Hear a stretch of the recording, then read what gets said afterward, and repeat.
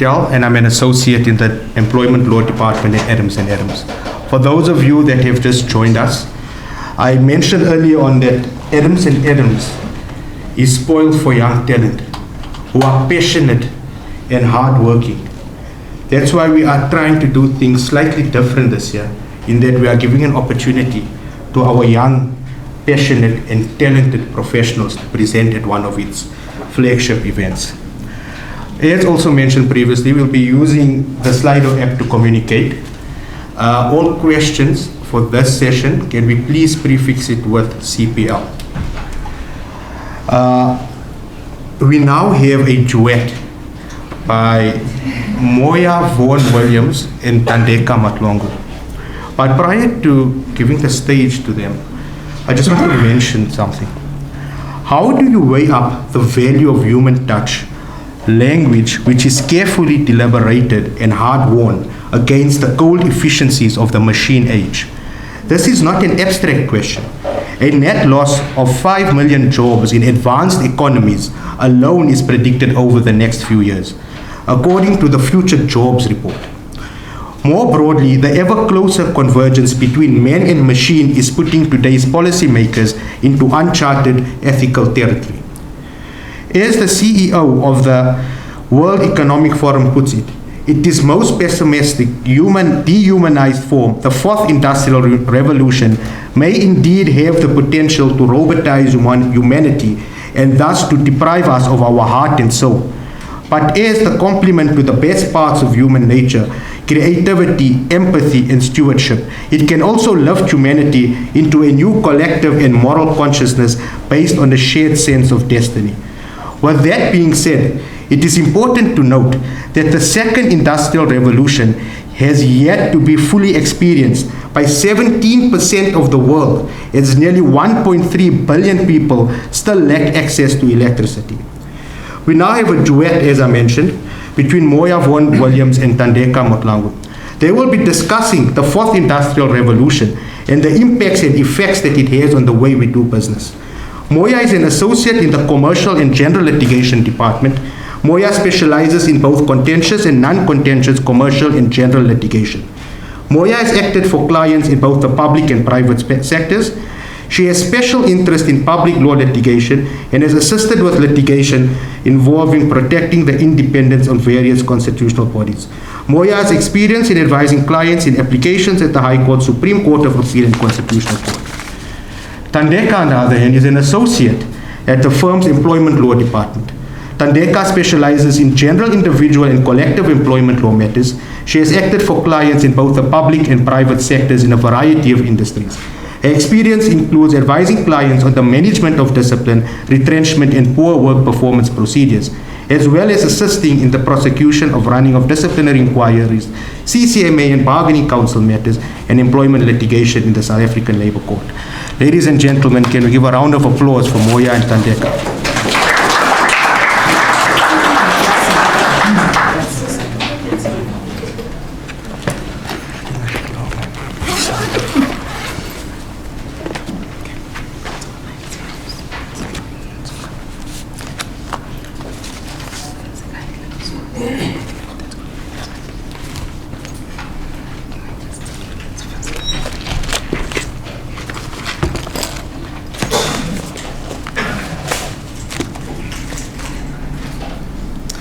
Aren't we glad to be in a room full of living, breathing human beings? Experts predict that over the next 5 years, the way we work, interact, are going to change drastically. As Aslam has already indicated, my name is Moya Vaughan Williams, and I am an associate in the Commercial Litigation Department at Adams and Adams. Good morning, my name is Thandeka Matlongo, and I am an associate in the Employment Law Department at Adams and Adams. Together we'll be taking the next 10 minutes or so to share a few insights on the fourth industrial revolution. So where are we now?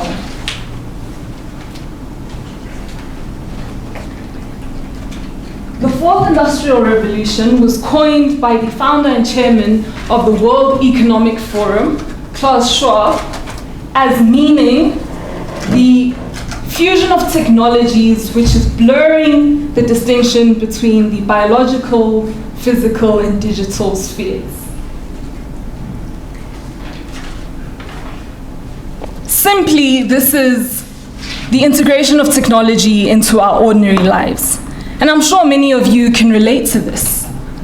I'm sure many of you consider your phones to simply be extensions of yourselves. How do you feel when you lose your phone? Does your heart start racing? Do you feel slightly lightheaded when your phone won't turn on? Please enjoy this next clip.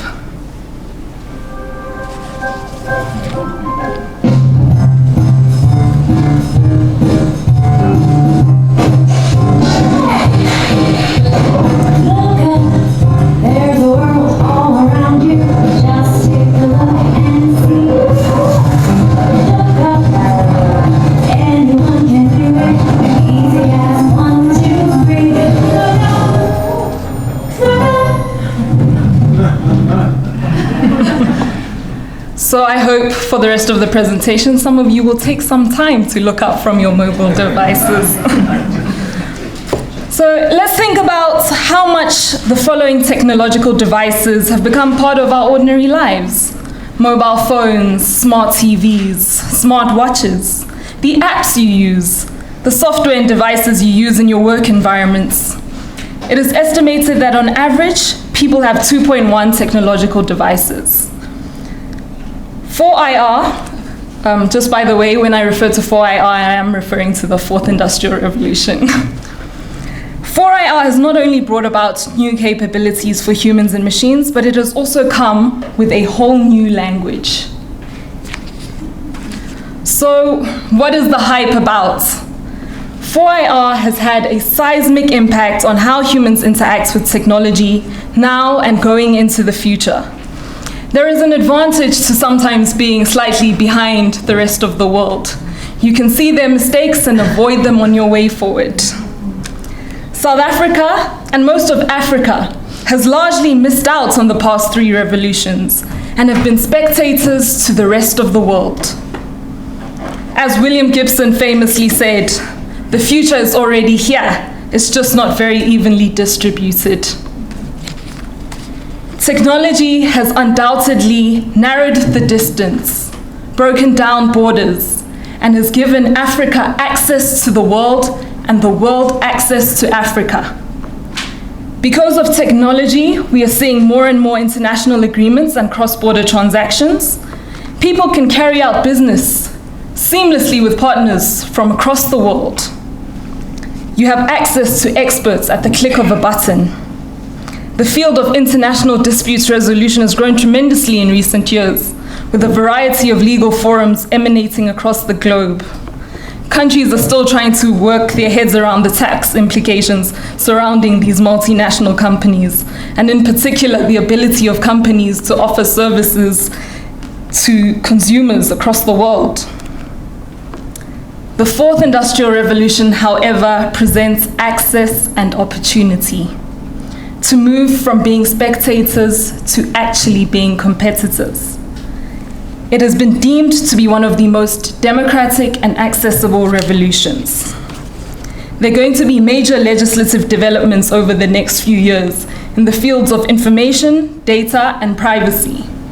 Already we have seen, following the controversy of Cambridge Analytica, the publishing of the GDPR, and in South Africa we have POPI, which my colleague will be sharing a few insights on later.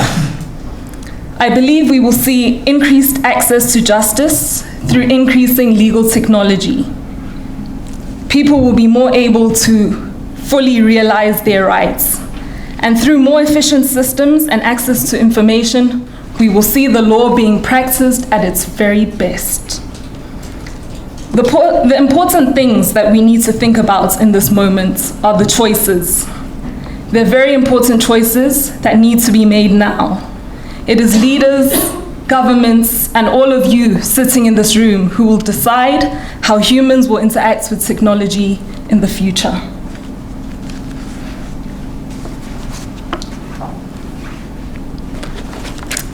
Good morning, employees. I guess I get like the difficult part of this presentation. I see, Lindelo, there's no dietary requirements for robots, so I guess we all here are humans, so we're going to be able to, get this presentation. The fourth industrial revolution and its technologies are going to have a seismic impact on these three key business areas. These are employee skills, company imagery as well as the reputation, and the products and service offerings.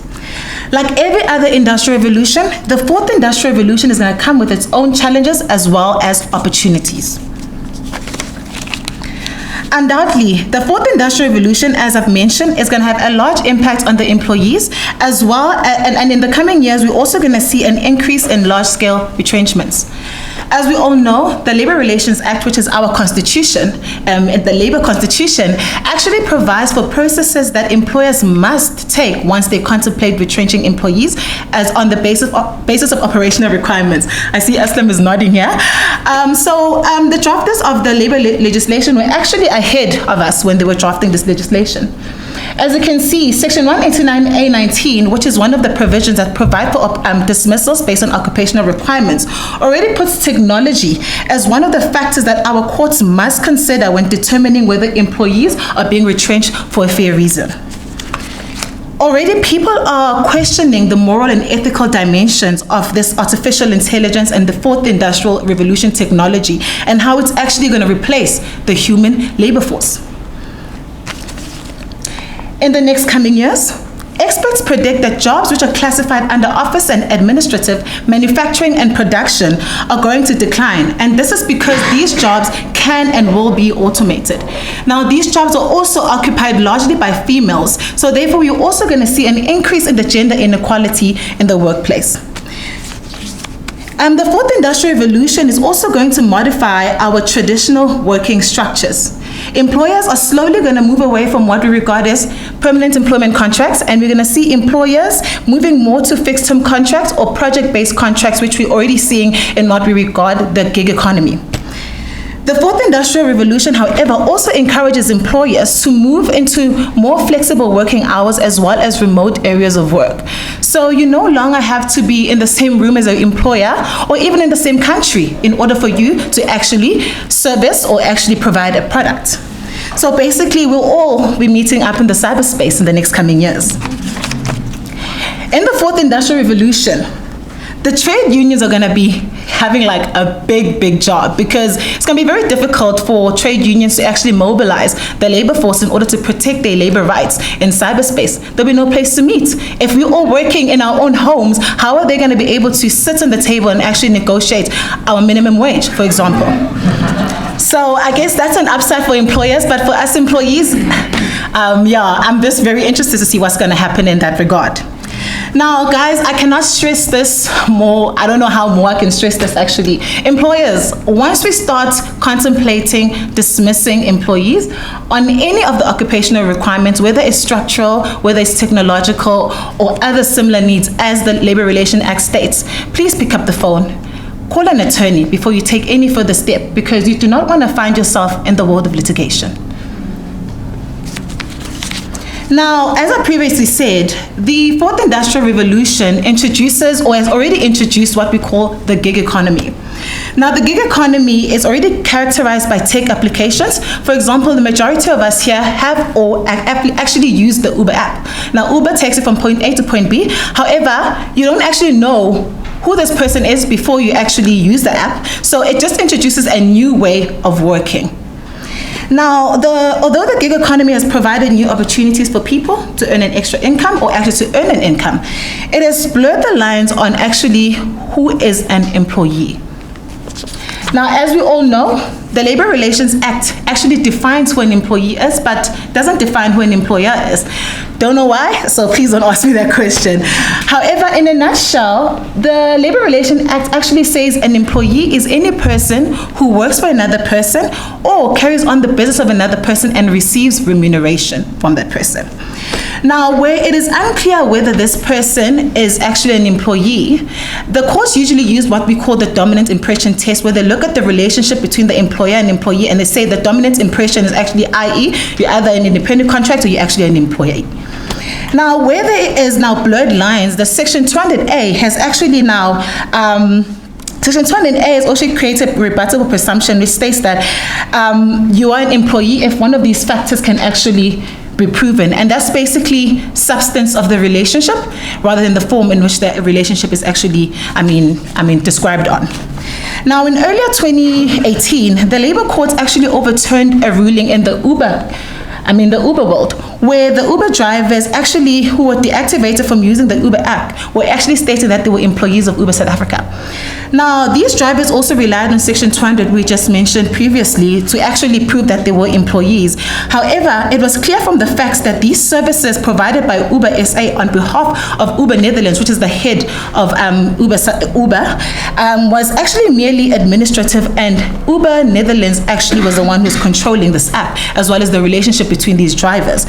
As a result of this, the Labour Court actually said these drivers were not employees of Uber South Africa. However, the question of whether they're actually employees of Uber Netherlands or independent contractors today remains unanswered. Now, Uber is just one example which I've mentioned with these tech applications. There's other applications such as Airbnb, Sweep South, and as well as online shopping. We also have other, like the World Economic Forum has actually predicted that the fourth industrial revolution is going to bring about a new list of jobs. And these are the predicted jobs that they actually think is going to come out of the fourth industrial revolution. So what are some of the great things that these technological advancements have done? Rwanda has recently unleashed the first smartphone made entirely in Africa. Drones are being used in the farming industry in order to assist with fighting against poaching. There are a number of new innovations in the medical sector. There's also improved access to education through online learning. We have improved access to experts and services from across the globe. We have a potential to create more efficient systems. Already we are seeing our courts have actually moved to online case management, which actually assists with the access to justice as well as reducing legal costs. It has the potential to improve systems of accountability and fighting corruption. From artificial intelligence to genetic engineering, cloud computing, robotics, virtual reality and digital currencies, these technological advances promise huge benefits to society as a whole. Basically, what we are trying to preach here is that we all need to start adapting to the fourth industrial revolution. We need to think in terms of upskilling and innovation.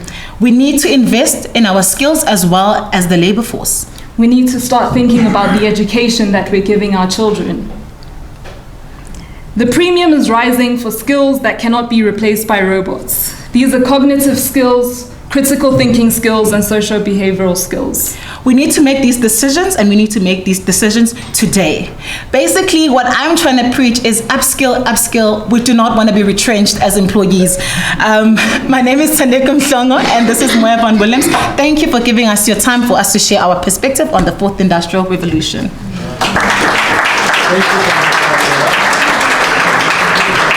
I'm just looking around the room and I see a couple of partners from Adams and Adams who are smiling in the thinking of retrenching us associates and getting robots to do our job. Maybe next year there will be robots presenting at the ceremony. Unfortunately, we have exceeded our time limit, and due to time constraints, any questions on this topic, our presenters have undertaken to respond to them on the app. We will take 2 minutes to take to the next presentation if we so wish. And thank you, ladies and gentlemen.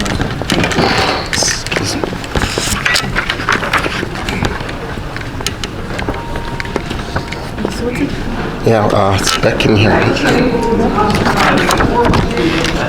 How we are going to create an information gathering vehicle that will give us information that is quite useful to be able to care this particular program. Now, as I indicated earlier on, we have identified about 11 buildings that are problematic. This is just a picture of some of those buildings.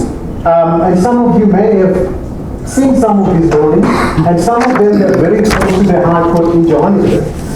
Now, These buildings, they are structured in a way that the first 3 or 4 floors, they are dedicated to shops where you can go in and buy whatever you like.